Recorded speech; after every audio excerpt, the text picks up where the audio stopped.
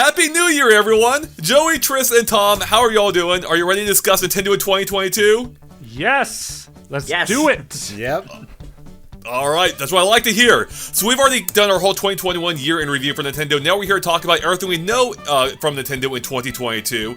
And then we'll have a part 2 of this video in which we discuss everything we don't know, which tends to be a little bit more fun because it's a little bit more chaotic. But for now, we're focusing on the games that we do know, including first and third party, plus non-video game related things like the Mario movie. So we'll be covering all that and more in this discussion video. But first of all, before we get into the nitty-gritty breakdown of everything that we do know, let's just talk about our overall expectations and our overall feeling so far on 2022. Let's start off with you, Tris. What are you just thinking in general for Nintendo this year so far? Do you have a good sense about it? Do you have a bad sense? What are you kind of thinking so far? It's kind of funny that my first thought goes, gosh, if Breath of the Wild 2 releases this year, it'll just be a great year. Like that's immediately that where really my mind is goes, a big question, right? But beyond that, I mean, while we don't actually know a ton, we actually had a lot of announcements in 2021 for 2022. That's setting it up to be pretty exciting already. And the fact that we don't know everything for the year, obviously, the fact that we don't is really exciting.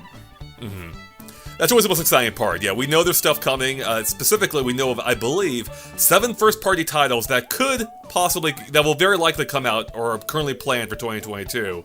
And that's not even speak of the ones that we don't know, as you said, Tris, which we'll be talking about later. So it is an exciting time. Joey, I believe you just had a whole video about this. So tell us what you think about 2022 so far. I think this could potentially be the Switch's best year yet. Dear God. Bigger than 2017, possibly. And I think we can all agree that 2017 was kind of the Switch's best year. And that's partly because 2022 is basically 2017 part 2, because we're getting a sequel to Splatoon 2, getting a sequel to Breath of the Wild if it comes out during that time, which I hope it does, and we're also getting a sequel to Mario Rabbids Kingdom Battle, and that's just the stuff we already know about. So even if Breath of the Wild missed this year, I still think it would be a great year, because we're also getting an open world Pokemon game, which, how long have we been asking for that game? Like, decades, it feels like. And we're also getting a 3D Kirby game. Like, my goodness, this is already an ambitious year for Nintendo, and it's gonna be stacked already. And to end it with Breath of the Wild, if it comes out in November, that would just be the icing on the cake, the cherry on top. It would just be amazing. Absolutely. Yeah, that's kind of wild to think, kind of Breath of the Wild, to think this could be a 2017 redux, effectively, which is really exciting to put it that way, because a lot of people consider that to still be the best year of Switch. So to see a part 2 of that, oh my god. Tom, are you excited about that prospect, or what are you thinking overall for 2022 for Nintendo? Well, they already have so many titles like Legends, Kirby, Advance Wars, and Bayonetta 3 that are promising. It's like, I wonder what's left for surprises. The only downside I could see is maybe if they do have some titles that were delayed with Q&A issues during the pandemic, and if they're holding back stuff for Switch Pro. But there's already so much good stuff that we know about. I'm looking forward to these. Alright, and on that note, let's hop into the things that we know about. Again, we'll be starting with Nintendo's first-party titles. And right off the bat, the first of, I believe, 7 titles that we know for sure, or seemingly know for sure, are likely coming out this year, is Pokémon Legends Arceus. So this is coming out on January 28th, just barely over a month or two after the previous Pokémon game, being Brilliant Diamond and Shining Pearl. And here we have basically the Pokémon company's take on what seems to, on basically Breath of the Wild. This is their open world format for Pokemon, something we've been asking for forever. It's something almost everyone's been asking for forever. Tris, why should people be excited for this? Are you excited for it? What are you hoping for from Pokemon Legends Arceus? I am really excited for it, honestly, and it still doesn't feel like it's this close, actually. No, it doesn't. I had to keep reminding myself this isn't like half a year away anymore. It's this month? Yeah, exactly. So Pokemon Legends is essentially the actual Gen 4 remakes people wanted, where it's a completely new take on this region, and whereas Brilliant Diamond Shining Pearl were the Faithful remakes. This is giving us a new adventure in this region before it was known as Sinnoh, and it's really exciting. Every time we see more and more about this game, it raises my expectations for it. And I think it's worth being excited for, because sure, it may not be exactly what everyone's hoping for in terms of Pokemon, but the fact that the Pokemon Company is actually willing to take it in a brand new direction and experiment with it to this degree, this could lay the foundation for future Pokemon games. And if it does it well, it might be incredible. That's actually a really good point. Like, this is effectively a spin-off for now, but this could very well represent much more than that. This could really, depending on how it performs and is received, could dictate the future of Pokemon, where it could either become its own, maybe its own spin-off series, or elements of it get rolled into the mainline games. It's a really exciting time, and I think it's kind of smart how they're handling this, where they are treating it as, for now, a spin-off, where if it bombs or people don't like it or whatever, it's like, okay, we will just brush that aside, we'll stick with our mainline games. But I'm not getting that sense from it. I think this game will... I'm getting the feeling that it'll do well. I'm getting the sense that it's not going to be flawless. I think it's going to have some issues, but people are going to like what they see in it, and this is kind of like its moment to redefine what Pokemon could be, much as Breath of the Wild did for Zelda. Joey, you're a huge Breath of the Wild fan, as I recall, as are many. Is this enough to get you really excited for Pokemon, you think? Or are they doing the things that they needed to in this case, from what you've been able to tell so far? This is one of those situations where I would theoretically, yes, I would buy it to basically tell the Pokemon Company, hey, thank you for finally giving me what I've been asking for a long time. Because every time a new Pokemon game comes out, which is all the time, I tell myself, maybe this is the time. Maybe this will finally get me into Pokemon, right? But none of that's happened yet. This might be the game pushing over the edge, but I still need to wait and see how they pull it off, and if it's pulled off well, because it's Game Freak is not a perfect game studio. They've still have made questionable decisions with their game design and whatnot. So I will wait for the reviews. I may wait for our review if all goes well and we get a copy. So that's just what I'm feeling about that game. It's definitely something. Finally, they're doing it, but how well are they going to do it? Yeah. Yeah, is it going to be enough? Is it enough of a change? Because for me personally, everything about the game excites me, except for the battle system, which looks to be very tried and true. There are some changes from what we know. So that part has me a little concerned that maybe that didn't go far enough with reimagining the game. But I look at everything else, I'm like, well, this is very different than any of the Pokemon we've seen. And I am very excited for that myself. But how about you, Tom? I don't know if you played any of the recent Pokemon games super recently, or at all. So what do you think? Well, I played a bit of the new one last year, or 2 years ago now. Last year there wasn't a last year. There was only 2019. Yeah, 2019. With this one though, it is something new. That was my biggest complaint with Pokemon over the years. Like, not enough changed. I think this one will be enough for me to dive in and try it. But yeah, I'll wait for a little early review summary to see what's going on though before buying it. I will say, if it's praise across the board, I'm just like, okay, I gotta see what this is all about. A lot of pressure on your shoulders there, Triss, to inform us potentially of this game. What are you talking about? I'm gonna review it. I'm just that'd be definitely a very interesting review. And can we just talk about how Elden Ring was supposed to come out the same week as Pokemon Legends Arceus? But they delayed it by a month. They blinked. Yeah, they're like, we're getting away from Pokemon. We can't deal with this. Yeah, to be fair, Pokemon is the most profitable franchise on Earth, so it makes sense. Yeah, so I just to summarize for myself, I'm really excited for this game because I fell off the Pokemon bandwagon hard after the first one. I loved it, thought it was great. I'm like, I never need to do that again. I never need to catch them all again in that same format. And now that they're doing something different, you know what? Maybe I will again. So I'm really excited to see what they do here, and potentially in the same year as a Breath of the Wild sequel. So if you're a fan of open world games and Nintendo games, you're going to be eating good in 2022. So. Yeah, considering these aren't the only two. Well, exactly, for Nintendo they are, but... Right, yeah, there's plenty more beyond Nintendo if you're interested in those. For now, let's move on to a game that I know Tom is personally excited for, being a game that was supposed to come out last year, being Advance Wars 1+2 Reboot Camp, originally planned for, I believe, December 3rd, the same day as its main competitor, Big Brain Academy. They blink? Yeah, they blink too. They're like, oh, we gotta get out of the way for that. But now planned for sometime in spring of this year.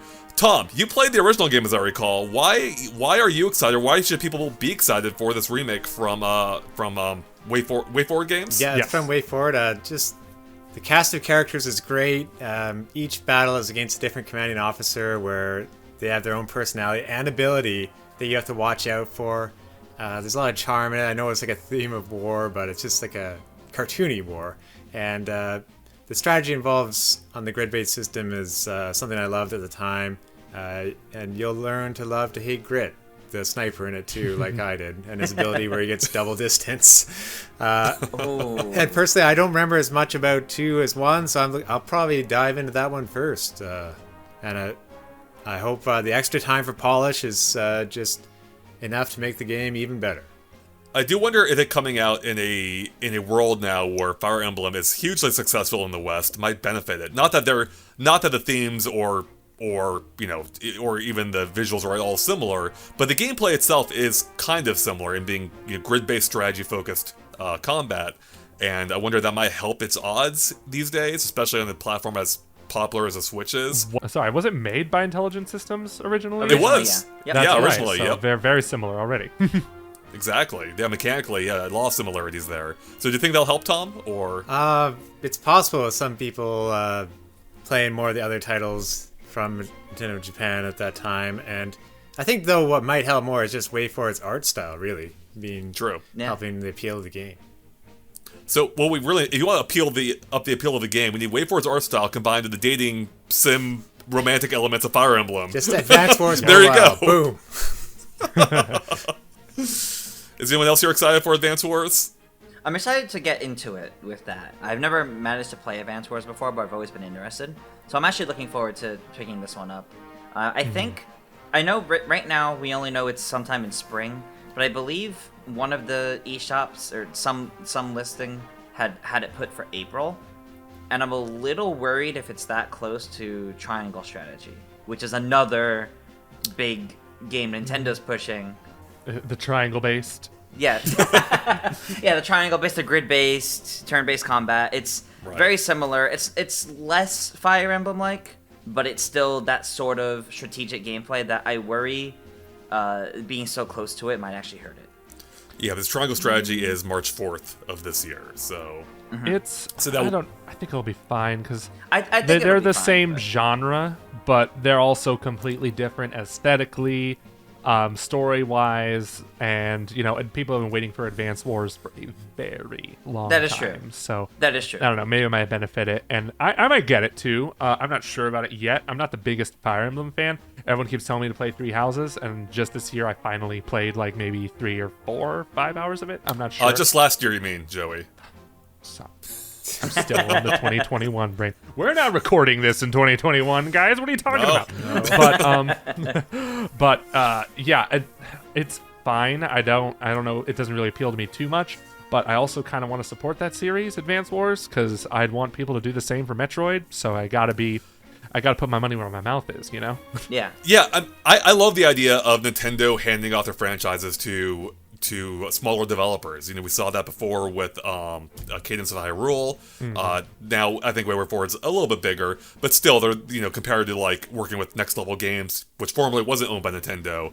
They're definitely quite a bit smaller. So that's really exciting to see, and I would love them to do that with more of their franchises that they don't have the bandwidth to take care of themselves. Like that's how you handle it. Let other developers that already know how to tackle games of that type take care of it for you. Not that. I don't think Way Forward Games has a lot of experience with these type of games in general, but I don't know. I guess they're figuring it out. They can tackle all kinds of genres way exactly. forward. They've pretty proven they have a talented. wide breadth. Yeah. They can tackle every genre except Bakugan. So Yeah. The Bakugan genre of games. They've got a to good be fair- variety under their belt. Yeah, exactly. What we're secretly asking for there is just for F-Zero to be handed off to somebody, please. That's really it. The Shinen, my God, just get. I don't know why they don't get the Fast RMX guys to make an F-Zero game. I need totally it. agree. They're on vacation being a tourist. Exactly. All right, let's move on to another game that's been announced for spring, being Kirby and the Forgotten Land. This is a big one. When they revealed this last year, I lost it. Like, we're finally seeing Kirby in a proper 3D space for one of his platformers, and that got me super excited. This is something we've been asking for again forever. and like Pokemon Legends Arceus before it. And it seems like 2022 is the year that dreams are coming true for some people. And I am so excited to see how Kirby works in a 3D space. Like, we've already had a pretty good idea based on the little bit we've seen, but I can't wait to go hands-on with this. Triss, I know you're a big Kirby fan, right? Yeah, So. I am really excited for this. I mean, I've been excited for like every Kirby game for the last 2 years, but this one looks really exciting, and we've barely saw anything of it, to be completely honest. Yes.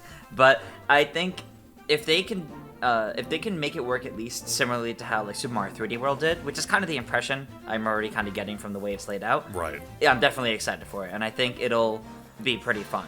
I don't think it'll have multiplayer like 3D World, but that would be fun too, because some of the multiplayer Kirby's are really, really fun. I didn't even think about that. No, it needs at least one player or two-player co-op. It needs at least 2 players, because that's one of the best part about Kirby games is you can hella power, you can make it a co-op partner right there, either CPU or human-controlled, and it's so fun. It's great. Yep. That's the ultimate drop-in, drop-out co-op gameplay. So Exactly. I hope that they retain that. Though they didn't offer a look at it, but I wouldn't be surprised that's one of those features that Nintendo just sits on and announces in the future trailers. So That's true. So do we think it's going to come out in spring? Do you think they're going to make that release date? And what month are you kind of expecting here? If they push it, they might just push it to the summer. I think this game's just about done. Perhaps Star Allies came out when? I don't remember. 2018. It was March 2018. March 2018. So I feel like they're probably mostly done with it. I don't know. I didn't think Yoshi's Crafted World would get delayed, and yet here we are. But yeah, I'm dumb excited for this game. Like, it's finally just like doing something different with Kirby. Thank you. So now I'm definitely going to give you my money, because I don't see how this game could fail, and knock on wood there. But yeah, I love 3D platformers, even if it's like still linear, still like controlled camera like Mario 3D World. Everything about this game oozes pink charm, so I'm ready for it. Kirby games are always really charming, and that is one thing I'm really excited for about it. Like, what they do with this world, how they build it up, and Kirby's role in it, and make it all work in a way that just feels satisfying to run through it as Kirby.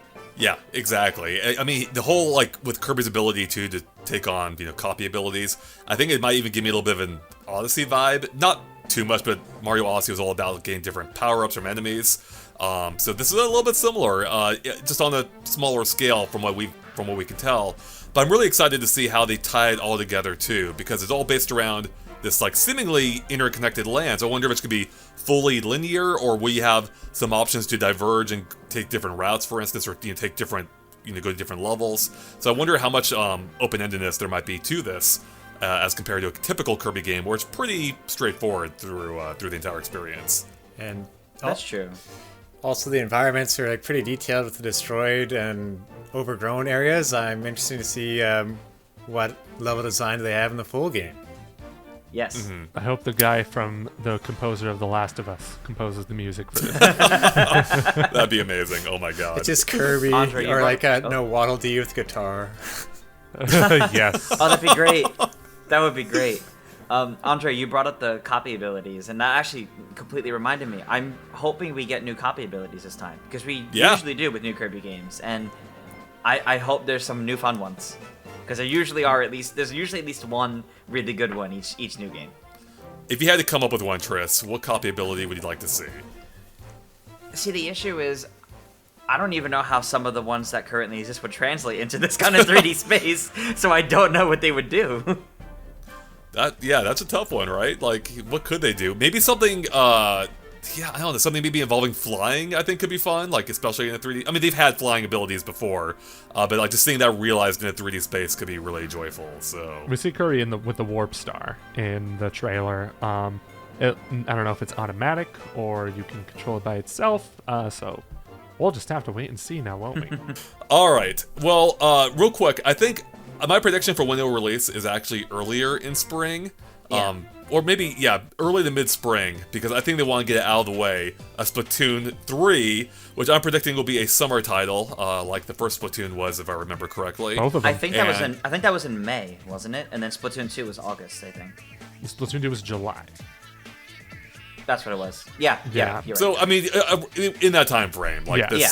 getting towards summer, and I think that would just be a well-timed release for it. There's nothing else, as far as we're aware of right now, that could be coming, that would likely come out then, except for possibly Kirby, and whatever else Nintendo may announce before then. Although I feel like we had the first part of the year probably pretty well realized at this point, minus maybe a smaller title or two. Maybe I'm wrong. I don't know. But yeah, Splatoon 3 is another big one. And I'm excited for this one myself, because this is one that's gonna have a full development cycle. Splatoon 2 felt a little bit rushed to me. It felt it's a very good game, but it just felt very much by the book compared to Splatoon 1, which reinvented how a shooter could work. Splatoon 2, not that I expected it to do the same all over again, but it felt like just an expansion pack almost. Like it's like, here's the exact same gameplay, a few tweaks to it, some new maps, but it didn't really blow my mind with what a Splatoon game could be. I'm hoping that's what we'll get from Splatoon 3.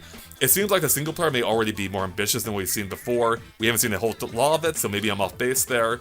But I'm hoping this game is going to help bring back some of that freshness that the series is well known for. I'm very excited. Yeah, Splatoon games, I wish I played them for longer periods of time, but I always fall off of any online shooter, like when I start playing it. I haven't played Halo in a long time, so maybe I'll jump back on Splatoon 2, get some practice in. But yeah, I'm always excited for when a Splatoon game comes out. Those games are so fun. They are so incredibly fun. And it's so weird how Splatoon 2 still feels like it came out yesterday, but it's going to be 5 years by the time Splatoon 3 comes out. So full development cycle there. Very excited to see what they're going to do. I also need to play that Octo expansion, because I hear it really ties into the Octo expansion. Yep. Yeah, the Octo expansion is really good, and that in my opinion was the best plot of any of the Splatoon games, because I wasn't really caring for. You mean a story splot? Mode versus It was a splot. Sure. Booyah! But I thought it was really interesting. The level designs in that were good, and I hope Splatoon 3 pulls more inspiration from how they handled the Octo expansion into. Mm-hmm. And that being said, with Splatoon 3 having a full development cycle, I hope the whole game, as you guys were saying, doesn't feel like just an expansion to the previous game, but like really pushes it further and feels like a proper sequel, a new game. Mm-hmm. Yeah, well, something we haven't seen much of yet, too, is how even your little partner character works. Small Fry, is it? Or... Yes, I think so. Yeah, have they said... What do we know about Small Fry so far, Triss? That's just like a companion character? I believe, at least in the story mode, you can throw the Small Fry to attack the weird ink coming from like the mammalians. Yeah. That when you touch, you get all like fuzzy, but the Small Fry can eat it and get rid of it. So, a good ally. And speaking of the mammalians, like that right there is already telling me they're doing something more with the story here. Like we've already, the way our first look at Splatoon 3 had an upside down, an inverted Eiffel Tower. So it really has me excited to see how much more they're going to lean into the wild lore that is this series. Where it's like post-apocalyptic lore. Yeah, it's like super dark. I still love one of my favorite artwork from, I think was Splatoon 2, was it? Or no, maybe it was Splatoon 1. I already know what you're talking about. Yeah, a guy buried underground playing a Wii U gamepad. It wasn't a Wii U gamepad though. He had the Wii Pro controller tied to a Wii remote. Oh, was that it? Yes. So great. That's fantastic. Love that. Yeah, so I'm excited to see what they do here. And do you think there's a chance we could see any co-op, Triss? Ooh, that would be interesting if there was co-op. I mean, for the story mode, I don't think so, as interesting as it would be. Just because of the way aiming works, and I feel like I think they did local split screen on Splatoon 1, which was rough. For one of the modes, yeah. For like a multiplayer, like a local multiplayer mode, and that was kind of rough. But I think a co-op would be interesting, though. I think I would rather see another mode like the Salmon Run into, which is kind of essentially cooperative based. Yeah. Yeah. Yep. That's what I'm hoping for. I hope they either build on that or add a whole new mode like it while retaining Salmon Run, because I love Salmon Run. So if they could do something, I don't know, yeah, maybe more, maybe switch up the objectives a little bit more, but keep the essence like working together to accomplish an objective. That could be great. But Salmon Run, I think Salmon Run is my favorite part of Splatoon 2. More than the campaign, more than the multiplayer, but it was something new, it was something fresh, and I had a total blast with it. So. And it is multiplayer, so. Yeah, exactly. 4 players, so... Alright, do we think there's any chance Splatoon 3 could be delayed? Or do we think that's a lock for spring? If it gets delayed, it's not going to get delayed by much. I think most of these games are locks. I mean, even if Breath of the Wild gets delayed, it would be by like a few months. So well, we're not there yet. Yeah. We're getting ahead of ourselves there. I'm talking about every single game this year. The fact that we had Splatoon 3 revealed in February of 2021. Oh, I yep. think A year I ago. think it's I think it's pretty likely to stick for its projected time slot of probably summer 2022. Yeah, I don't. see So any Breath of the later. Wild 2 was revealed 2.5 years ago now. Yeah, but we didn't have. We're not we there didn't have yet. a release date given with. We didn't have a release date given with it, and it was a cutscene like teaser. Yeah. Exactly. This Yeah, is very Splatoon, different. Splatoon 3 was a whole freaking reveal. Like, oh, here it is, Yep. and here's gameplay, and then they showed more gameplay later that year. This game is ready. Yeah. Yeah, I think so. And also, they can focus on single player and work on multiplayer stuff to add on later, too, to keep people interested in the game if they really want to. Actually, I have a slight prediction regarding Splatoon 3 that I'm thinking on now. Yeah. Splatoon games have a tendency to do global test fires. I think in whatever February, in quotes, because whenever it actually is, whatever Nintendo Direct we get at the start of this year, early on in the year, I think they'll announce a test fire for maybe no later than the end of March, a couple months before the game actually comes out. I love that. I'm gonna take that prediction one step farther, Tris. They will. Actually, no, I'm not. Actually, I am. But it's inherent to. I was gonna predict it's exclusive to Nintendo Switch Online members, but then I realized, of course, it would be because it's an online Yes. game. Yes. So it would have to be. But I think a test fire makes a ton of sense, particularly coming off the success for Halo of Halo Infinite's Right. test fires or betas, whatever the hell they call them, which really brought a lot of interest to the game. I think it'd be dumb not to have a test fire for Splatoon 3. And I can't wait. It's like, wow, if I can play this game in a few months, yeah, sign me up for that. So I'm going to take that prediction another step farther. I think it's going to be available for everyone, not just Switch Online users. They're really going to want to put wow. those, they're going to want to put those servers to the test, and they wouldn't want to just limit it to Switch Online members, because what if people are waiting to buy Switch Online until that game comes out? Wait, True. so you're saying they're gonna put out a bundle of the download the free global test fire demo with a 7-day free trial of NSO? No, like, you won't need a free trial at all. It would just be available for everyone. Oh. Well, I'll take that prediction okay. a step further, and it's going to be a splatfest between online members and non-online members. Amazing. Take I your love pick, that. N64 or Sega Genesis. I would love to see the spin of Nintendo. Like, if the non-members won, I would love to see Nintendo's take on that. Like, how do we incorporate this into the? Why do we back market ourselves right into this corner? what have we done? Oh, that'd be great. Yeah, in short, Splatoon 3, I've been really excited for it, and I just want to see more of it and play it. So I hope you're right, Tris, on that test fire prediction, because I need it. All right, let's move on to a game that might be a little less certain for 2022, but perhaps so. That is Mario plus Rabbids Sparks of Hope. So this is the game announced last year during a Nintendo... No, E3. what was it? It was announced? it was E3, that's right. Ubisoft God, E3 was that show. long ago already? Yep. Yeah, amazing. It was so revealed. we haven't really... It was accidentally revealed by Nintendo, though. So there That's you go. right. Nintendo leaking their own games, or actually their own third-party games, and the third-party developed games in this Yes. case. Yeah, so finally a sequel to the 2017 Mario plus Rabbids. So it's been quite some time. I don't know if they've been working on it straight since then. They had a DK expansion at some point between the two, but nonetheless, it seemingly has been development for quite some time.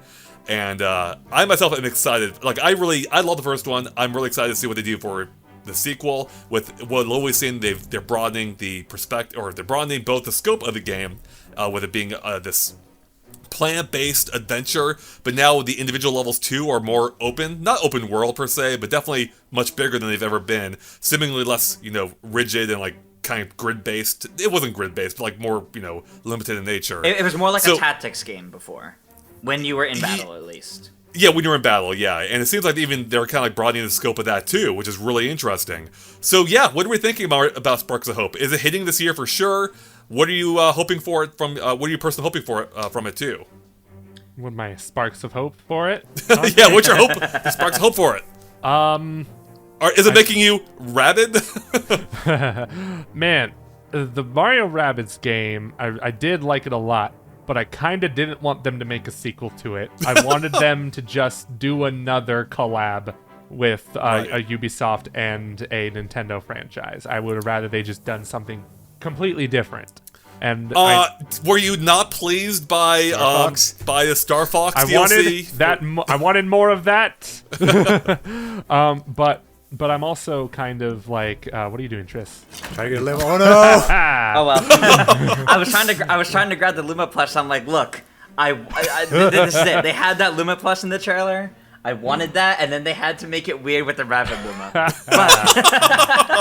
But Yeah. Jokes aside with that, and me knocking my shelf over, which I'll fix later. I hope we get actual Rosalina in, and not just Rabbid Rosalina, because I will be disappointed if it's just Rabbid Rosalina. Mm-hmm. Sorry to I cut you think off there, though, Joey. I think it's a guarantee that Rosalina will be in that game. I think for the first game, they definitely had like, I mean, they had Rabbid Kong, but that was an expansion to play as Donkey Kong later. Exactly. But yeah, that's one of those. This is another one of those games where I will like wait and see what it's going to be like. I still haven't beaten the first Mario Rabbids game, so I need to go back and do that because that final world, whew, so difficult. But yeah, I'm not super excited, but I'm not excited. You know, I'm kind of just lukewarm about it. Yeah. I'm about the same there. I think I'm a little bit more positive on it. I think this is so far from what we've seen, which isn't a ton, but this is the kind of sequel like I like to see, where it takes the foundation of the original and really builds upon it. Like, it's not just an expansion pack like DK was technically, though I think I did a pretty good job mixing it up too. But this is like a full-scale adventure, or like a full-scale sequel. Like, they're really kind of rethinking how things worked with a seemingly different battle system, larger worlds, a grander scope, and a grander Kirk Hope. With the Grand Kirk Hope's back. So I'm really excited for this. I really wanted to see how it all comes together, and it's kind of a game that I expected a sequel, but at the same time I wasn't, you know, like, it's the kind of game that if we never got a sequel to, it's like, yeah, I mean, that makes sense at the same time. So I am looking forward to it too, and just seeing what more we see of it, because we haven't seen again a ton of it. So I'm guessing before E3 we'll probably get another look in a direct, if it is indeed coming this year, which I think it will. But I would think my expectation is going to come toward the tail end of the year, probably October, November, December is kind of what I'm thinking. Mm-hmm.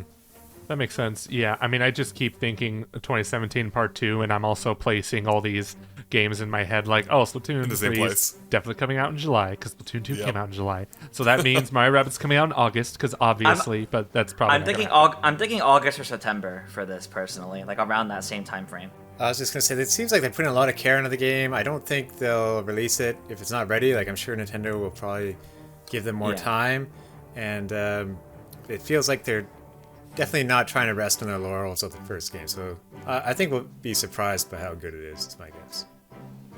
I hope so. Yeah, and I don't expect to be let down just based on the passion that the team has for, you know, Mario and the game in general. It's fun to see. I mean, what the nice thing is about having a Western developer working on the game is we can, you know, understand what they're saying on Twitter. It's fun, you know, seeing that passion come through constantly, which is great. And I love, not directly related, but I love the back and forth the developer has with Grant Kirkhope, especially. They're just like breaking on each other constantly. Yes. It's so great. I love it. I just want to remember when that game was leaked. The first game was leaked, and we were like, this is stupid. Yep. What is this? It's awful.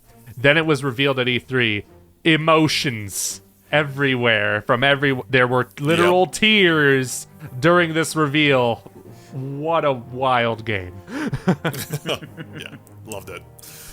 All right, well, speaking of wild, I'm gonna ignore that obvious segue for another title before it. Because we have a game that was only recently finally resurfaced, seemingly for release in 2022, being Bayonetta 3. We finally saw what that game actually was last year, just a few months ago, really, and and they gave us a vague release date of, again, 2022. We don't know exactly when. So first off, everyone, do we think will it actually come out this year? Is there a chance we'll actually finally see a more, or, you know, finally play this game this year? It better. My goodness. You tell us in 2017 it's in development, and then you keep giving us these awful updates since then saying, oh yeah, it's coming out. Oh yeah, it's coming out. You're gonna like it. It's coming out. And it's just like, it better stinking come out in 2022. You kept us waiting for so long. Just...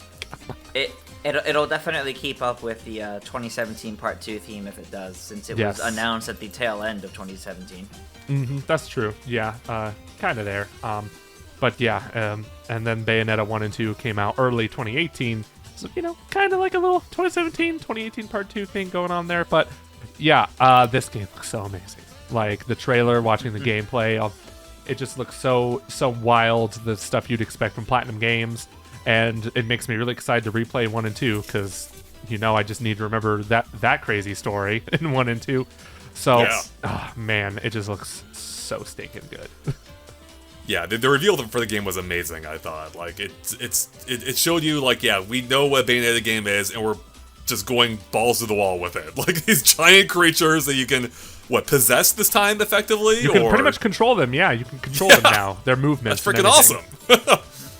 That's so cool. So, Tom, you played the previous Bayonettas too, right? Yeah, that's it. I guess the only question mark is how it will be like controlling those kaiju-like creatures, and because it looks kind of clunky in the trailer when I was watching it again today. But is that just to get the feel of some of those old Japanese movies with the characters in them when it's just a guy in a suit? Platinum games are always control excellently. So I don't know. Even Star Fox Zero. Yeah. But just given so much time they've had in the project, I'm sure it's going to be well worth it, and they've probably nailed it by this point, is my guess. When you mentioned the slower, larger creatures, like two things came to mind. One, Project Giant Robot on the Wii U from E3, which never came out, and secondly, Triss more recently and perhaps more aptly was the DLC, Hyrule Warriors: Age of Calamity, where you also took control of the Divine Beasts. Yep. And that was also a little lumbering and slow, right? A little bit. Yeah. So hopefully this is a little bit more fun than it was in that game. And I expect it will be, because if there's one thing Platinum Games knows, it's how to make good action. And I have no doubt that even those sequences will be a lot of fun. So yeah, I mean, Platinum does have a few misses here and there. What's the game? Babylon's Fall, I think it's called. Everyone's saying it's garbage, but this game, like when it comes to Bayonetta, there's some franchises that Platinum knows how to like treat with care, and Bayonetta is one of them. So yeah, I'm beyond excited for it.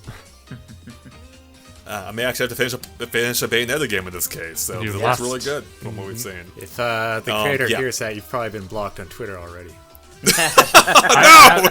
I actually was like, when Wonderful 101 Kickstarter came out, I was like, I don't want to pay for your block, Kamiya, just do it. And he did. Let's go ahead and move on to another game that seems to be 2022, being the sequel to Legend of Zelda Breath of the Wild. So let's just get the big question out of the way. Is this actually going to make this year? I believe Nintendo, or was it the director, said that they're targeting 2022? Yeah, the producer, Aonuma. The producer, yeah, thank you. Which doesn't sound super confident, but so what do we think? Do we think they'll actually make it this year? Or is there a chance it could fall into 2023? Or, and rather, if you do think it comes out this year, when are you expecting it? Because Joey, you already mentioned you're kind of like lining things up based on 2017, which means it's just around the corner, baby. It'll be March 3rd. Oh God! Listen, Andre. I was doubtful of that too, but after hearing from Per Schneider on IGN when he was on the Nintendo Voice Chat podcast, saying like. Other people at Nintendo are confident that this game is going to hit 2022, so I do take that with confidence that it probably will at this point. And I guess specifically it'll be November 2022, which is very reasonable, and that's when Zelda games used to come out all the time anyway. Right. So hopefully it does reach that date, and I even think when Breath of the Wild 1 was shown off at E3 2016, something tells me that game was already finished, and they were just waiting for the Switch to come out. So maybe that's the case here, that the game will be, and also the producer Eiji Aonuma said that they're targeting 2022. He said that in June, so maybe now they have and since Per Schneider heard that in December, maybe they are now more confident that it is coming out in 2022. I could be wrong though, and it could be delayed to 2023. We'll see. Yeah, I feel pretty confident. It's if it doesn't come out November this year, it'll just be 2023 then. Like I don't see it coming any earlier than that. I don't see it coming later than that, like December. Like it's either November 2022 or pushed to like March 23 or something. Right. Yeah. Tom, any thoughts? I was thinking delay until I heard those comments from Per Snyder. So to hear it so late, so it's probably like they've overcome any working from home or delays they had to do temporarily. And I believe, unless it's emergency status over there in Japan, they do work in the office. And the thing is, too, like, you think normally with a game like that, you might delay it because some Zeldas always love to be on two systems at once, to have it with like Switch and Switch Pro. But because of the chip shortages, you're probably not going to get Switch Pro next year. Like, they're already warning that you won't get enough Switches made next year. So Yeah. I think they would probably just release it if it's ready. Yeah, I mean, that's the obvious hope. So I personally hope it comes out this year, but I just want to play it. It's been in development for basically as long, if not longer, than the original Breath of the Wild at this point, which has me excited because, like, what's going on there? And we'll talk about that more in a second. Yeah. Myself, though, even though, like, I love Pear, I worked under Pear for a couple of years at IGN, and I fully trust him and his sources, there's something in my bones telling me it's not going to make it this year. Maybe I've been scarred by too many Zelda delays in the past, but something about it is not fully, it's just not clicking for me, and I feel like it's going to just barely miss this year. And I think it'll be filled in by something that we'll talk about in part 2 of our discussion, where we discuss everything we don't know. And yeah, I'm just not feeling it. I feel like it's going to be pushed back one more time. So You might be right. I'm thinking it's both. It's 50-50. I really don't think it's like one's more likely than the other. Zelda games have a knack of getting delayed all the time, but I feel like this game is different in that they just... it's just been announced way too early, and then the pandemic happened, and then all this other stuff. So they were really just like, and the fact they didn't even give us a title at E3 this last year, just goes to show like they're really trying to be very careful about the release date they set. Yeah. Right, and they specifically said, too, they haven't revealed the title yet, because apparently it's a spoiler, which is a weird thing, because they're going to have to announce a title at some point before the game comes out. Right? So I don't quite get that. Like, the only thing that makes sense is it's tied to a mechanic that they either haven't fully shown or haven't fully explained, or that they haven't shown at all, or they haven't fully explained it yet. That's what I think might make sense, and so I think... I don't know if I want to give it quite yet, but I think we all have a title prepared for what we think the game might actually be called. Is that right? Sure. Yep. All right, cool. All right, so we'll get to that in a moment. Joey's gonna figure his out, I think, as we're like he's gonna wing it. I just know like whatever title we pick, it's not going to be the one. Exactly. So I'm just going to make up something right off the top of my head. I took improv class. I can do this. So we've seen, I believe now, 2 trailers for this game. We had the initial reveal, which kind of gave us an idea more maybe what they're aiming for thematically with the game, whereas the second trailer filled in a little bit of the gameplay. Like, we saw actual gameplay scenes with some weird time stuff going on. Sorry, Triss? I said, yeah, a little bit. Yeah, a little bit, exactly. But it almost left, like, speaking for myself, it almost left me more confused. I'm like, I know less about this game now than I did before. Like, we saw that it's definitely taking place, at least in part, in the same Hyrule as we speculate based on the first trailer. But then you see there's these Sky Islands now, there seems to be a time element, Link has new abilities, and it's all very exciting, but we don't really know the full scope of everything at this point.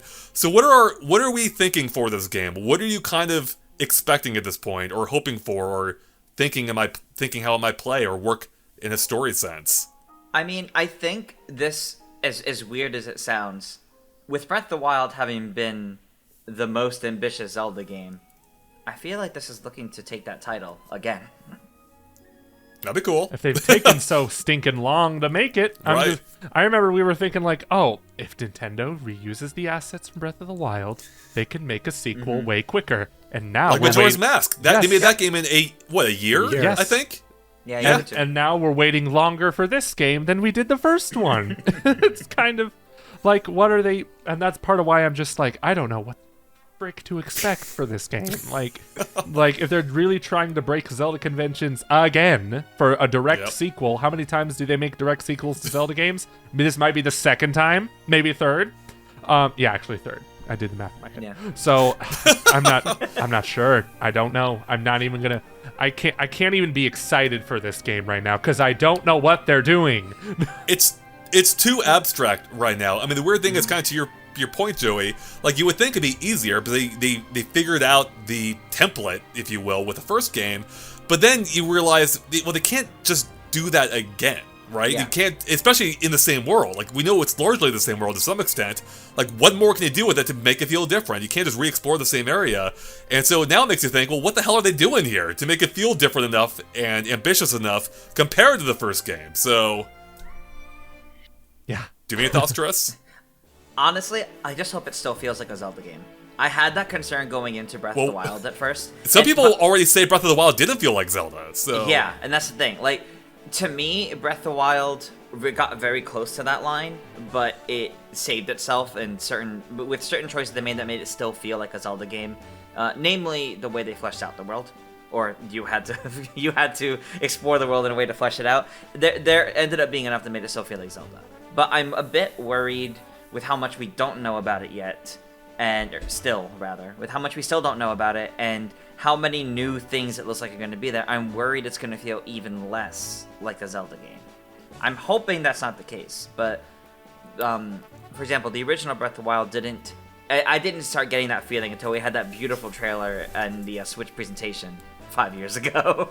It's interesting because right now, like, what people think of as a Zelda game has obviously been changed and influenced by Breath of the Wild. Like, a lot of people, I imagine, didn't even play previous Zeldas until Breath of the Wild, and now, to them, that's what Zelda is. Yep. So I wonder how important it is for Nintendo to really look back at Zelda's history and be like, oh, we gotta make it more Zelda-like. Or maybe they're like, well, let's just keep going the direction we are right now and just keep doing new, different things.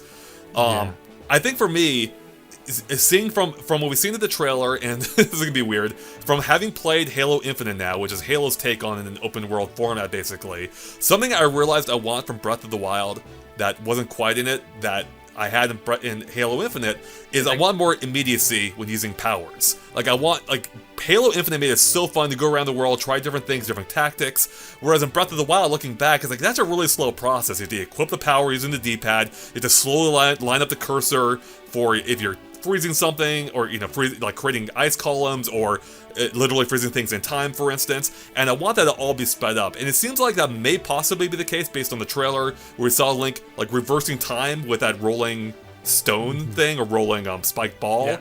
And that's what I'm kind of hoping for, something that makes going through the world even more immediate and fun, and you can make more of these choices on the fly that just feels more organic to what you're doing, rather than toggling through menus and slowly doing things.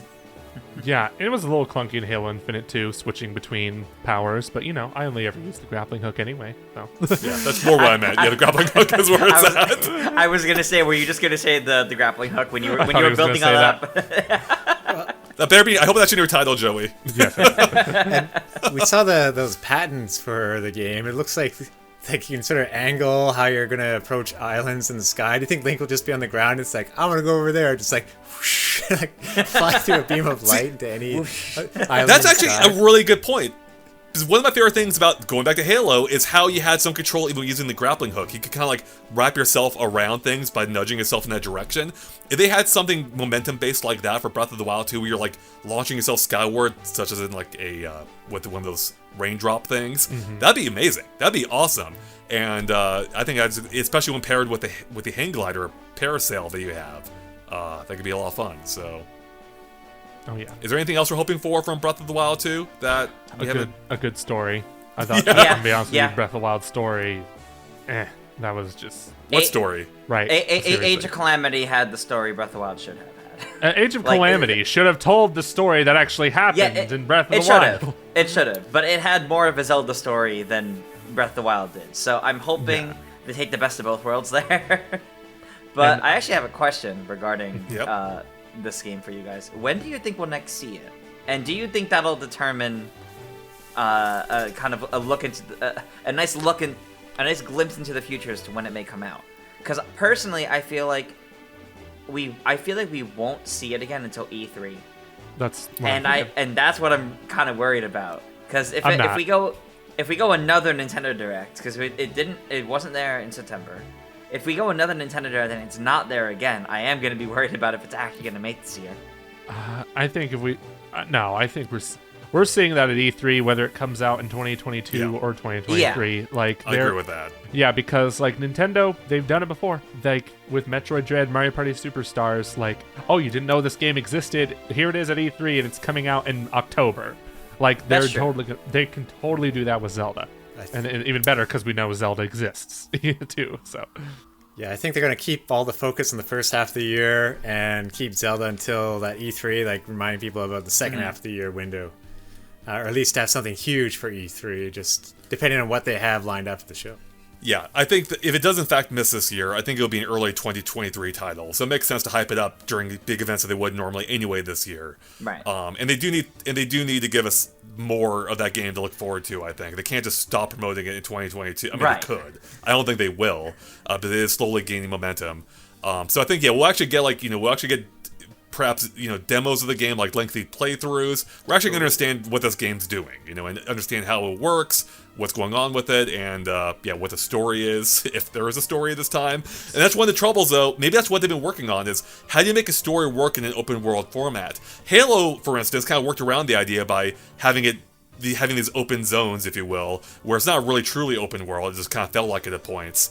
So I wonder how Zelda's going to navigate that. Where maybe, for instance, with at least in my perception, with the sky portion, the island portion, the Sky Island portion, the Skylands, seemingly taking place in the past, maybe that is how you control the story, by having you be able to access only certain islands at certain points, or after achieving certain points in the open world, you then go to these more linear parts in the sky, and that's where you get your story elements added to it. But I don't know. So Yeah, I'm not sure either. But a lot of people were telling me like, oh, if you want a good story in Zelda, then don't have a game like Breath of the Wild. And I'm like, no, you can do a story-based open world game. It's not crazy. It's been done before, multiple times. Yeah, I was just thinking of the update being like, Bill Trinan, how's the sequel to Breath of the Wild coming along? It's like, it's coming along well, and that's it. Oh man. Oh no. that'd be sad. That would be. All right. Well, speaking of the story, since we know that the title of the game could be a spoiler for either the story or gameplay, who knows, a spoiler of some kind for the game, what do we think this game, the sequel to Breath of the Wild, could actually end up being called? Triss, let's start off with you. Oh, I'm going first on this? Yeah, you are. Here's the rule, though. You have one ready? You have to start the Legend of. You have to start off with the Legend of Zelda, then the subtitle. That's a good point. Yes. Yeah. I don't know why, but what keeps coming to mind is Link's arm, like specifically what's going on with Link's arm. Yeah. And I keep, this is an idea I keep thinking back to since like E3, and like I think it's a terrible idea, but I can also see them doing it is what makes it worse, which is the Legend of Zelda Arm of the Guardian. That's actually not bad. That's actually a realistic. Yeah. Yeah, that's why I don't like it, because it feels realistic. That's better than what I had in mind, being the Legend of Zelda Power Glove. It's so bad. The Legend of Zelda Power Glove parenthesis. It's so bad. Absolutely need that. 100%. But yeah, yours actually sounds plausible. So that's actually not a bad idea.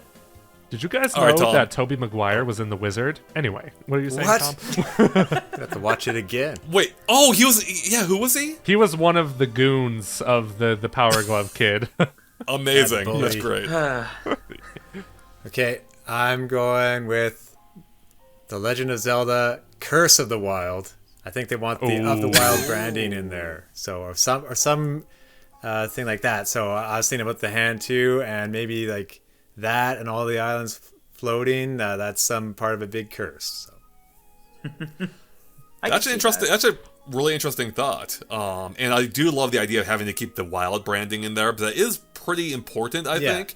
I didn't factor that into my own my own thought here, but that's a really good idea. I've heard some people say Death of the Wild, and I'm like, that's too tongue-in-cheek. Yeah, that one's too tongue-in-cheek. I definitely agree with you there. I don't know if it would have the wild branding, because Age of Calamity didn't, but I do think it'll have a word tied to that era of Zelda. That's why I went with Guardian. Yeah, I like yours better, but anyway. So I'll go ahead and hop in next here, because I want to continue off Tom's line of thinking there with keeping some of the branding of Breath of the Wild. And I was running with that for a while, and so I came up with a few different ideas here before arriving at my eventual title. But I want to run through my initial ideas first, being because of the time-based elements, I'm like, oh, it could be Breath of the Past, which ties into A Link to the Past. It ties into the islands seemingly being based in the past. So I'm like, all right, that sounds interesting. But then I googled it, and freaking Monster Hunter Rise already uses that title as a mission. So I'm like, well, that can't be it then. So then I moved on to, I'm like, what I had here. I miswrote my. Well, you look there. I had another. The Breath of the Past could be used to blow into an ocarina to go back in time. Exactly, yeah, bingo. So I had another title here too. I miswrote it, so I forget what I had there. Then I googled that, and Genshin Impact used that title too. I'm like, what's going on here? I'm hitting on all these Zelda games, like using these titles. Then I had A Link to the Sky, and the Zelda Dungeon had an article based with that. I'm like, I'm just out of ideas here. Finally, I arrived at my official title being based on one of the sequences in the game in which we can see Link going to the Sky Islands, The Legend of Zelda: Reign of Time. Fair enough. Okay. Joey does not seem impressed. I mean, the thing about these Legend of Zelda titles is they're not that impressive, so... That's true. Twilight Princess? Yeah. Whatever. All right, Joey. Would we get another Blank of Time Zelda game? like Ocarina. I forgot. Yeah, that's what I'm hoping for. I think that'd be a fun way, like a fun throwback to its own history. The Skywaker or something. Skywalker. All right, Joey, blow us away with your title. What do you have You're for gonna us? love this. You're gonna love this. When I think of Breath of the Wild 2, I think of when Link is falling. He's falling. All he's doing is falling. So I've come Zelda. to the yes, Zelda's falling too. So what I'm thinking for this title is The Legend of Zelda: Aim for the Bushes. Is Ubisoft making this game? No, the director of the other guys is. Yeah. Nice. Awesome. I love it. Yeah, That'd be amazing if that actually just were the title. There Like, goes my hero of time. Yeah. Oh my Nice. gosh, yes. Somehow one of our titles there is the spoiler. No, not actually. Somehow. Yep. The Legend of Power Glove, Zelda it's back. Resurrection. Oh my gosh. Oh God. I remember everyone predicted that the new Matrix was going to be called Resurrection or something, because obviously. It's going to turn out that Link is actually a game developer and he made the entirety of Breath of the Wild. And, Oh my goodness, I would applaud that so much. So let's go and move on to something else that we do know is coming out this year. We do know for a fact we're getting more N64 and Genesis games coming to the Switch Online expansion pack. Certainly at least N64 games, both because we got, Paper Mario in January, but they also announced at the same Paper Mario in December. But at the same time, they announced that we'd be getting another game in January, specifically being Banjo-Kazooie, which we knew was coming at some point from the reveal trailer for the expansion pack. And what's interesting now is the other games that were announced or shown off at that time were The Legend of Zelda: Majora's Mask, Pokémon Snap, Kirby 64: The Crystal Shards, Mario Golf, and F-Zero X. So if you look at that, that's 6 games. Now we assume there's a new 64 game every month, which seems to be the case now based on Paper Mario and the Banjo-Kazooie. That covers the first half of this year. Being, Sure. Again, those 5 games coming out over the course of, or those 6 games coming out over the course of the first 6 months. So, what do we think about that so far? Is that a pretty good selection for the first half of the year? Is that a little slower than you were hoping for? And what are you hoping might come next?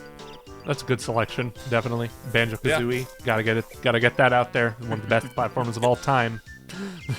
Yeah, starting the year with Banjo-Kazooie is pretty great. Like, it's not even a Nintendo game anymore. It's a Microsoft game, so... Yes. I mean, I think one N64 game per month. I mean, obviously people are upset about that, but N64 games are bigger than NES and SNES games. They generally take longer or have more replay value or more to them. That I think 1, maybe 2 per month is fine, but I think more than that would be wringing that roster of titles dry pretty quick if they did more than that. Mm-hmm. Yeah.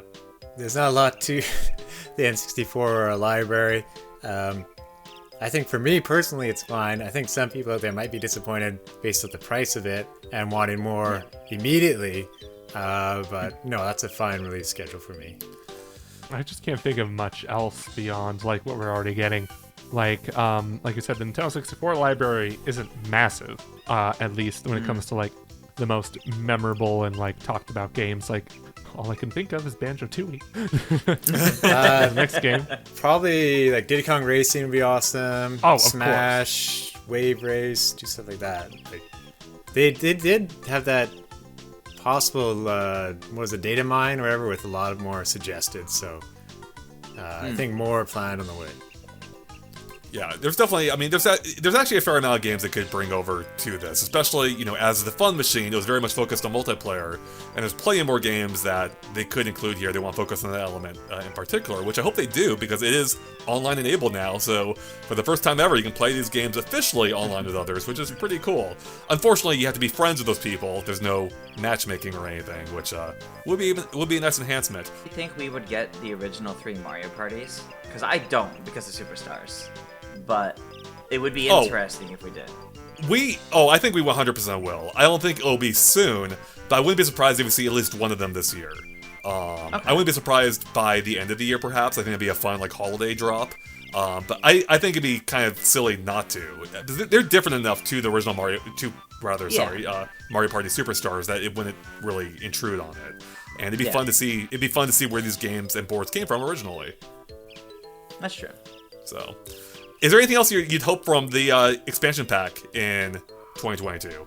I'm just excited for GoldenEye, or the possibility of it. I can't really think of anything else that excites me about the Nintendo 64 library. We've pretty much covered the best of the best of the best. Maybe give us Dinosaur Planet and remake it. Just kidding. So we don't want DK64? Okay, I do want DK64. There you go. I know the game's not great, but like I got so much nostalgia for it. I don't care. Yeah. That's exactly it. It's not a great game, but there are so many people that grew up with that game and would love to see it return. That would be absolutely a huge title, and I think there's a good chance it could come out this year. It's a very huge title. Takes a very long time to beat. Yes, it does. With all 5 characters, all 100 bananas per every level. Oh my god, for every character. Oh my god, it's intense. All right, let's go ahead and move on to. So that covers all the first-party stuff that we know about for sure. But let's cover some of the big third-party stuff coming out in this new year. And I want to touch on one game right away, and that is Fall Guys. It was originally supposed to come out last year. It got pushed to 2022. They haven't said exactly when yet. It's now over 6 months delayed. Are we expecting that anytime soon? I hope so. They don't got much time. The Fall Guys hype, I feel like, is dying a little bit. What are you talking about? I've got my sweater right here for it. I'm super hyped for Fall I Guys. love that. I love that. Yeah. I don't know. For me, Fall Guys just fell off the day after I played it. So. Yep. I did that on purpose. Applaud me. I'm gonna walk I out still for love Fall Joey. Guys. Hold on. Thank you. Guess who has the stand-up desk here? No, I still love Fall Guys, honestly. A lot of people do. I'm just speaking ignorance. Yeah, no, like there's definitely a bunch of people that have dropped off of it. Like they definitely have missed the mark of getting the most amount of people onto it. Considering, you know, it's not like they could redo the announcement all over again and then release it soon after. Like it was announced almost a year ago at this point, and then it got delayed like 6 months out. I think it'll come this year. I have no idea how early. They said they'll have more info in 2022, but that was it. For all we know, the day after this video goes up, they can post a little update and say, "Hi, update. It's canceled." Like, we don't know. The only way I can see it being canceled is if it's just not feasible somehow to pull it off on Switch. Maybe, I don't know why that would be. Maybe there's just too much in the way of physics happening. I'm not quite sure. But I do hope that they get it working, because even though they may have missed, the cultural zeitgeist that it was for a brief period of time, I still think it'll be huge no matter when it releases. Like, you're still going to reach a new target demographic that may have not played it before, played it much before, and I think it could be huge all over again on Switch. We've seen this time and time again with plenty of other games that came out on other platforms, had their time in the sun, and then it releases on Switch, and oh look, it's huge again, So, I'm hopeful that it'll come out this year. I'm hoping we'll get information about it soon. But I really, for some reason, it really does seem like a perfect winter game. Like, just cozy up next to your Switch with 99 other people, or however many it is, and playing these weird Mario Party-like minigames where you die horribly. Some of the other games coming out that we know for sure, in the near term at least, is Chocobo Grand Prix, Persona 4 Arena Ultramix, and Triangle Strategy, all of which are in March. Like, those are all pretty darn soon. So, are you, what games are you excited for here? Nah. None None of these games appeal to me. I'm a big Persona fan, and I played Persona 4 Arena Ultimax back on the PS3, and I really, really enjoy that game. I'm someone who, I tend to pick up fighting games and really enjoy them, and only actively play it for like a week, and then I'll come back to it some random day and really enjoy it, but never get good at them. But I really enjoyed Persona 4 Arena Ultimax, and having it on a more accessible platform. I mean, it's coming to Switch, PC, etc. It's coming to a lot, but having it on more accessible platforms now and being able to play it more people, I'm honestly really excited for that. I think it's going to be a lot of fun. Why is Persona 5 not on Switch yet? It I drives know, right? me Why? up a wall. It's so like strange. infuriating at this point. I'm at the point where it's like, you know, Atlas, I know you don't need my money, but I'm not going to play Persona 5 until you put it on Switch. And I have the game on PS4 already, but I don't have Royal, so I'm like, you know what? Give me Royal on Switch and then I'll play it. Until then, no. The other one, Triangle Strategy, I'm actually pretty interested in that. I don't know for sure if I'm going to get it. I still feel like I need to see more from it, but like, it really interested me from its reveal, and I love the idea that it's practically choose your own adventure. Like, your decisions matter, and it's already interesting tactics game visually and the way it's handled. So to do that on top of it, it just seems neat. Yeah. Myself, I think Chocobo GP could be big as an update to a game that I think was pretty well fondly remembered by people who enjoyed it. But I think right now, too, it's going to fill in the gap of the lack of Mario Kart. We've had no true Mario Kart sequel in quite some time, and I think there's an audience thirsty for it.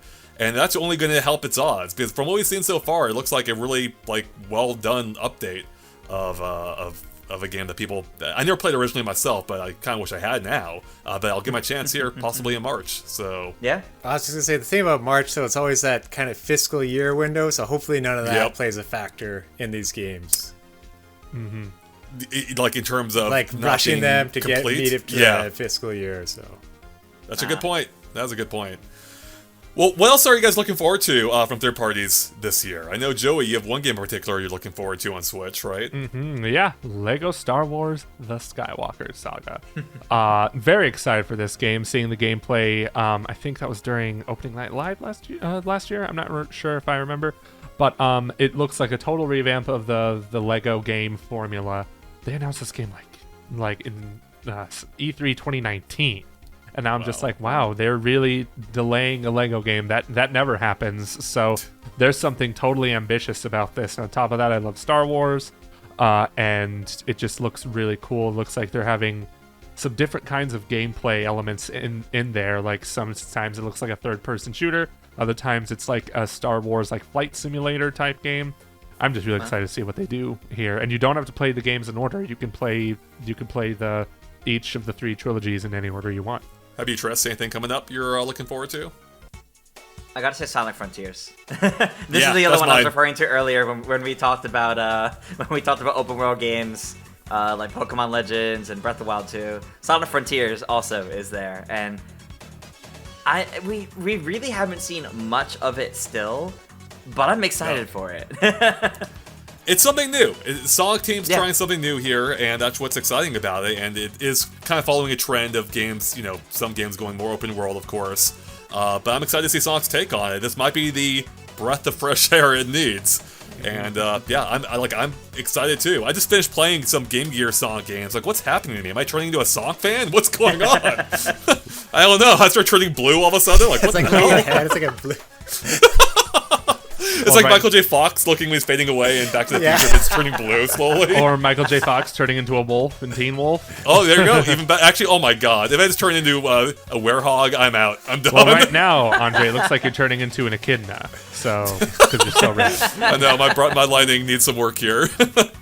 I'm just embarrassed about. Did you get sunburned in Texas in the winter? I might have actually. It was pretty. Yeah, it's weird being in Texas in December, or it's weird experiencing like 90-degree temperatures in winter. So it is strange, isn't it? Yep.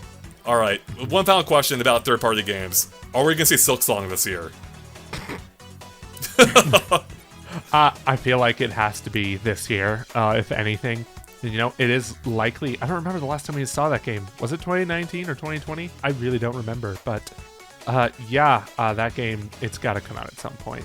It's a small team, though, so maybe not this year. It's always tough. I feel like this is one of those games we could say every year. This is the year. This is the year. Every year. And then it's not the year. Yeah. You'll eventually be right. Yes. Until it's canceled. The thing is that they have Hollow Knight sales still helping them along. Like, they can take their time on it until they're happy with it. I mean, look at how long it took to go from, I think it was Titan Souls to Death's Door. Like, I thought that company Acid Nerve might have just ended during that time. But nope, they were working on the game for many, many years. So, I guess we'll see. It's probably possible, though, we'll be actually seeing it next year. There is actually, I said that was our last game for third parties. I lied. There's one more I want to talk about, and that is something we know concretely coming out in summer of this year, being Monster Hunter Rise Sunbreak. It's not a new game, but an expansion. Triss, you helped review the original Monster Hunter Rise for us. Are you excited for Sunbreak? I am. I think it's going to be pretty exciting. It's looking like it's adding a fair amount of content. And from what I know, Monster Hunter games have this tendency of they release a game, and then they have the ultimate version of the game, which is basically the 1.5 edition of the game, where it has so much extra stuff. And, I mean, it looks dangerously exciting, and by that I mean everything can one-hit kill you, so... That's Monster Hunter for you. It's difficult. Yeah. I am nowhere near tough. ready for that amount of difficulty, but I hope to be. Yeah, that doesn't, like, I feel like Monster Hunter is already, like, challenging enough for me, like, as a non-fan. I'm like, I don't know if I can deal with dying instantly to this thing, so it's too much. Gotta check out the grappling hook. That's true. That's true. That's a good point. That does have me excited. Big fan of grappling hooks, so. And actually, we didn't even touch on wanting a grappling hook in Breath of the Wild 2, really. Needs the hook shot. Needs to come back. It's gotta come back. I missed this when I made the video, but somebody in the comments told me apparently they had the hook shot in the first game, but they scrapped it because it was... Yep. I don't remember what their reasoning was, but it just, I guess they thought it was too powerful or something. See, now's the time. Like, we've done the whole climbing get things. We don't need to do it again. Just get less hook shot around the world. Especially with, like, these sky islands now, like, hook shotting underneath them. How fun would that be? Too fun. That's true. Yeah, exactly. Too fun. All right. Well, speaking of things that are hopefully too fun, I will move on to outside of the video game realm. There's one more thing from Nintendo that we know about coming up this year, barring any delays, which I don't think we'll have, but we can discuss that, being the Super Mario movie. We found out the cast not too long ago, which is completely wild and out there, starring Chris Pratt, of course, and is due for release on December 21st of this year, which puts it right around the same time, I believe, as a freaking Avatar sequel, which is wild. So, what are we hoping for from this movie? Like, what is this going to be? It's hard to even imagine how a Mario movie is going to work, especially with Charles Martinet not voicing Mario himself. What do we think about this? You know what it is going to be? It's going to be the revival of Spike Foreman. He's literally going to get brought back into the Mario series and have the Pauline effect, or the Rosalina effect. Yep. He'll appear in this, and then suddenly he's going to be in like 4 games. And if that's the only thing to come out of the movie, at least one person will be happy. That was Miyamoto's plan all along. He's just like, how do we get Foreman Spike back? Oh yes, Universal, give me $200 million, or here's $200 million. Make a movie. I do love how we found out more about the Mario movie by way of Spike's voice actor, who just randomly gave some details on a podcast.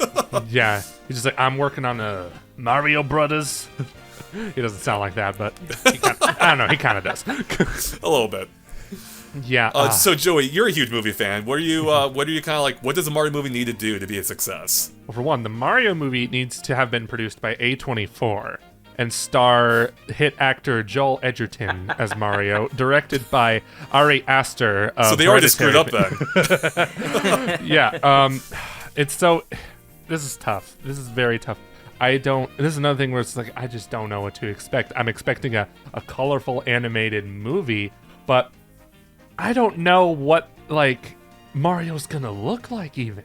Are they gonna stick with or just the characters, all the characters? Are they going to stick with, like, ripping them out of the games? Or are they gonna, or is Illumination gonna make their own, like twisted, sick version of, like, of of these characters were like, because you know how Illumination characters look like. They're like tall, skinny, Dr. Seuss looking dudes. Oh, so And I'm like, Waluigi.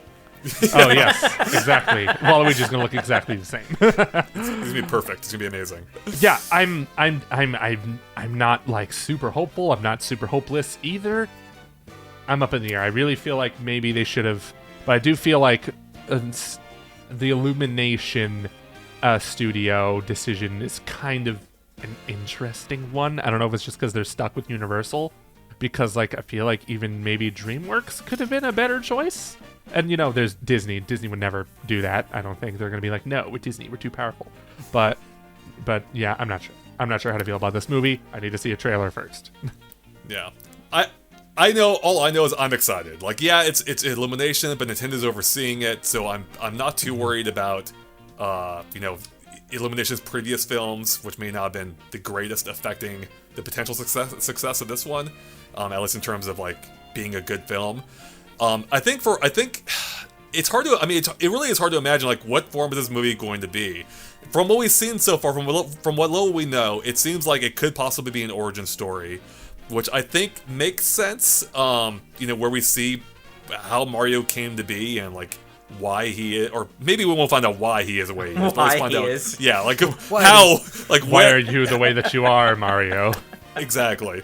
So, do we know? I mean, we know that Foreman Spike, as we mentioned, is already there. Their boss, or Mario Brothers' boss, presumably, or I think we even know that for a fact. And I think it would be interesting whether to see Mario contrasted in this more conventional world, either it being Brooklyn, which I would personally hope for.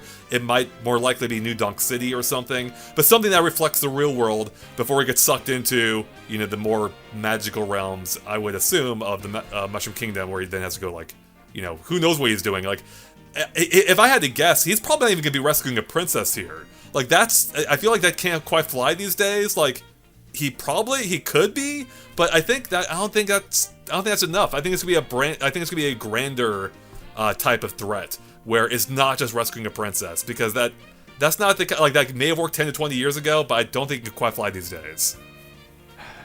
Here's what's gonna happen: the real world's gonna be live action, but then they take the. Well, we already had the movie, the first movie, right? But when they go to the Mushroom Kingdom, then they're animated, and Charlie is like, Mario, what are we doing? Why are we looking like cartoon characters? Oh man. Yeah, and You're Chris gonna get Pratt's Chris gonna sound Pratt like running. Chris Pratt's gonna sound like Mario Chris Pratt, and like, yeah, I don't know, guys. Well, I would love it if it ends up being like a Mario RPG type thing where Bowser isn't the enemy but works with them, with Jack Black there, and have some other threat come in for the movie if it's going to be on a more epic scale and not just. It's going to be Foreman Spike, the villain, the whole time, secretly. It was I me actually all really do along. love. I actually really do love the idea, Tom. I think Bowser, he needs to be a villain at some point in this film, but I don't want him to be the ultimate villain. Like, I do want we need to have like our team up moment, right? Where Mario and Bowser are like they're fighting each other for some reason, but then some other threat comes along, and that's when things change and they realize, oh, we need to work together to resolve this, right? Yeah. And I think that could be really fun. But it's going to be the dynamic that they have with each other, the interactions, where I think I think this movie could be really funny. I think it's just going to be really interesting to see how they flesh out these characters in a way without betraying their roots, without making them seem too far out there, too far removed from what we've seen of them. Because the interactions they've had in the past, which have been humorous, it's mostly been nonverbal. So it's going to be very weird to have these interactions largely based around dialogue now, I imagine. Yeah. In fact, not even imagine, we know based on the cast. So almost everyone's like making weird grunting noises, which would also be incredible. And that's why I'm like, I know people got mad when Charles Martinet wasn't cast, but I'm like, guys, do you know how many lines he says as Mario and Luigi in the games? Like, maybe one or two sentences put together, and that's it. Like, did you never get those GameStop calls, Joey, with Charles Martinet as Mario? I remember exactly where I was the day I got that voicemail. Yeah, me too. But also, that still can't carry a movie. That was a voicemail, but I know what you mean. But I'm willing to bet like he's gonna be Wario and maybe Waluigi in this movie. I'm willing to bet money because we know he's in the movie. Cameos. I'm willing to bet like he'll be playing Waluigi and Wario. You know what I hope? I forget if I mentioned this before or not. I hope that maybe by the end of the story, I mean, assuming it's an origin story, by the end of the story, they make a video game based on the success of Mario in this. And the in-game version of Mario is Charles Martinet. That'd be Yes. fun. Seriously. So it's And the true origin story. It's Exactly. how the games got made. Yep. Wouldn't that be amazing? That's how you make your epic universe. You tie it all together right there. I would like that, actually. I would like that. I'm still waiting for the Super Koopa cousins. Yes, we need the Super Cooper cousins. So be here's a fun question, though. Do we think we'll get the first trailer for this during a Nintendo Direct? Oh, It's likely, I feel like, because Yeah. I didn't think they'd reveal the cast through a Nintendo Yep. Direct. You know what? That's exactly why I think we can. I think we will with a slight asterisk, and that is it'll be released at the same time on like an official like Universal or whoever's publishing it. Is it Universal? Yeah. Yeah, it'll be released at the same time on their channel, like immediately after. But I could see that Direct would make a ton of sense. That'd be a really fun way of kind of just Closing out a showcasing Direct it. or something. Yeah. Yeah. I just Maybe figured because E3? they did the cast that way. whenever Miyamoto comes, I forget it. Like, oh, movie trailer. Not Oh, picking here we for. go. What do you think?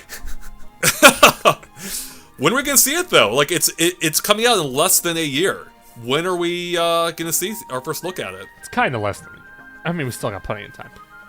That's a good question, though. But movies tend to operate on a different schedule than games, I think. They do, and it's weird because the trailers this year, I feel like, or 2021 rather, they've been coming out closer to the movie releases than That's ever true. before. I mean, I've been noticing that with Warner Bros., who still has HBO Max up their sleeve. So, yeah, I'm not sure. It's very interesting to think about. I think we might get a first look, like, poster or screenshots or, like, first looks at it late spring. But the first trailer, July or August. That's what I think. That could be smart, kind of like the Avatar 2 strategy, where they keep showing off like screenshots and artwork, but never actually any footage or anything from the movie.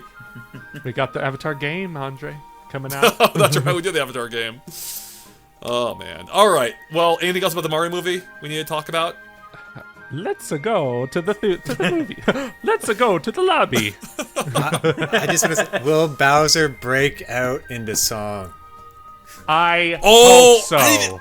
I didn't even consider it possibly being a musical.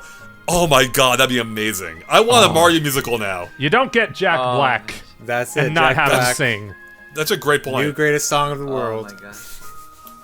And I feel like Bowser's more recently had that kind of more musical vibe about him. I'm thinking specifically of like 3D World, you know, where you've got the really epic, I think, guitar it was. Yep. Yeah, that would be fun. Oh my god, I hope. You know what? Yeah, Bowser's gonna sing. Bowser's definitely gonna sing. Bowser's gonna sing, and then Illumination's gonna announce Sing 3 coming to theaters. So you're saying what we're gonna do? So you're saying what we're gonna do now is soon enough we'll have a YouTube short go up of every time Jack Black sings, but it's put over like the animations of Bowser.